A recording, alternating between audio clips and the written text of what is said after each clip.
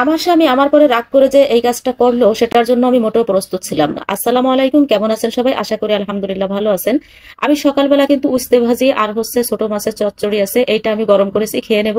আর ওদিকে আমার ছেলে তো খাবে না, এই জন্য তার জন্য একটু আলু ভর্তা করে নিচ্ছি। আর আলু ভর্তা আর ডিম ভাজি বা আলু ভর্তা আর ডাল যদি হয় সকালবেলা সে মোটামুটি ভালোই খুশি হয়, শুধু সকাল না এমনি সময়ও খুশি হয়। তো আমি আলু ভর্তাটা মাখানো আমার হয়ে গেছে, এখন আমি বেডগুলো গুছিয়ে নিচ্ছি। আজ আমার ছেলেকে খাওয়াই দিতে পারি নাই, আমিও কোচিং এ যেতে পারি নাই তার সঙ্গে, কারণ যেটা বললাম যে আমার হাজবেন্ড আজ আমার পরে রাগ করে যে কাজটা করলো সেটা আপনাদেরকে এখনই আমি বলে দিচ্ছি। আমি গতকাল ছোট মাছ রান্না করেছি, আমার ছেলে তো ওইটা খায় না, আর আমিও ছেলের পরে রাগ করে সেটাই করেছি যে খাও না কেন, আর ওই একটা আইটেমই করেছি এবং উস্তে ভাজিও করেছি আমি, যে দুইটা জিনিস সে মোটেই পছন্দ করে না। তো গতকাল যখন তার বাবা অফিস থেকে বাসায় আসছে রাত্রে, তখন বলতেছে বাবা এগুলো কিভাবে খাবো, তখন ওর কিন্তু খারাপই লাগছে। কারণ কি, মিতুলের বাবা বাচ্চাদের প্রতি মানে অন্যরকম একটা কেয়ারফুল মানুষ। মোটামুটি বাবারা মনে হয় একটু এরকমই হয়, আমার বাবাও কিন্তু এরকমই করতো। আর এই যে ছেলের জন্য একটা ডিম ভেজে রাখতেছি, কারণ সে তো খেয়ে যায় নাই, আর এরকম কুসুম কাঁচা একটা ডিম পাইলেই সে খুশি হয়ে যাবে। আর ওদিকে দেখেন আমি আলু ভর্তা দিছি, সেটাও মেয়ে খাবে না, মেয়ের জন্য আবার আলাদা কিছু করতে হবে, মানে আমার ভাগে ভাগে আমার সবার জন্য সবকিছু করতে হয়। তো মাঝে মাঝে আমার খুবই বিরক্ত লাগে। কিন্তু আমার ফ্রিজে মোটামুটি মাছ ছিল, একদম যে ছিল না তা না, ইলিশ মাছ ছিল, মুরগি ছিল, আর আরো 2 প্রকার মাছ ছিল। কিন্তু আমি ওই যে ছেলে খাবে না, অন্য কিছু রান্না করলে তো এই মাছটা খাবে না। আসলে তো ছোট মাছটা শরীরের জন্য অনেকটা দরকার খাওয়া।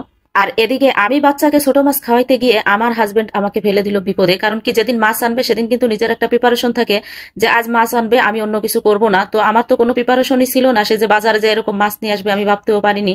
তো যাই হোক, আজ তো আমি মানে অনেক তাড়াহুড়ার ভিতর দিয়ে মাছগুলো আমি কেটে নিছি, গুছিয়ে নিছি। এখন আমি দুপুরের রান্নাটা বসিয়ে দিচ্ছি। তো এখন এই যে মাছের মাথা দিয়ে আমি লাউ দিয়ে রান্নাটা করব, তো আমার ছেলে এসে কিন্তু বলতেছে যে আম্মু আমি কিন্তু লাউ খাবো না, আমার জন্য মাছ ভুনা করবা, আমার জন্য 2 পিস মাছ ভুনা করবা, দেখেন কেমনটা লাগে। আর আমিও নাছোড়বান্দা, ও যেটা বলছে সেটা আমি করবো না, কারণ কি এই লাউ তরকারিটা তার খেতে হবে। আমি যদি এখন মাছ ভুনাটা করে দিই তাহলে আর এই লাউ তরকারিটা খাবে না। দেখি আজ তার বাবাকে কি অবজেকশন জানায়, সেটাই আমি আজ দেখবো। আর তার বাবাকে আমার পরে রাগ করে আবারও নাকি কিচেনে চলে আসে, কি জানি মাছ ভুনা করতে। যাই হোক, মজার কথা। তো আমি রান্নাটা বসিয়ে দিয়ে তারপরে আমি এই যে ড্রয়ারে মাছগুলো রেখে দিচ্ছি, এখন গুছিয়ে রাখতেছি।